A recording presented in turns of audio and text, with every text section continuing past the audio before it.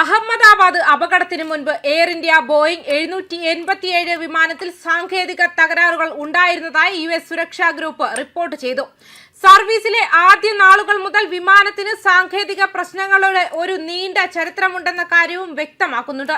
2025 ജൂണിൽ അഹമ്മദാബാദിൽ തകർന്നു വീണ എയർ ഇന്ത്യ ബോയിംഗ് 787 വിമാനത്തിന് അതിന്റെ പ്രവർത്തന കാലയളവിൽ ഒന്നിലധികം സാങ്കേതിക തകരാറുകൾ സംഭവിച്ചിട്ടുണ്ടെന്ന് US ആസ്ഥാനമായുള്ള ഒരു വ്യോമയാന സുരക്ഷാ അഭിഭാഷക സംഘമാണ് ആരോപിച്ചിരിക്കുന്നത്. ഇത് വിമാന സുരക്ഷാ മേൽനോട്ടത്തെയും ഡ്രീം ലൈനർ ഫ്ലീറ്റുമായി ബന്ധപ്പെട്ട വ്യവസ്ഥാപരമായ പ്രശ്നങ്ങൾ കൈകാര്യം ചെയ്യുന്നതിനെയും കുറിച്ചുള്ള ചോദ്യങ്ങൾ ഉയർത്തുന്നുണ്ട്.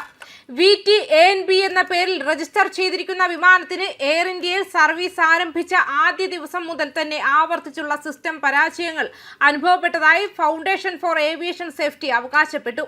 ബോയിംഗ് 787 വിമാനവുമായി ബന്ധപ്പെട്ട സുരക്ഷാ ആശങ്കകൾ ആഗോളതലത്തിൽ കുറച്ചു കാണുന്നുവെന്ന് ഗ്രൂപ്പിന്റെ അഭിപ്രായത്തിൽ വ്യക്തമാക്കുന്നുണ്ട്.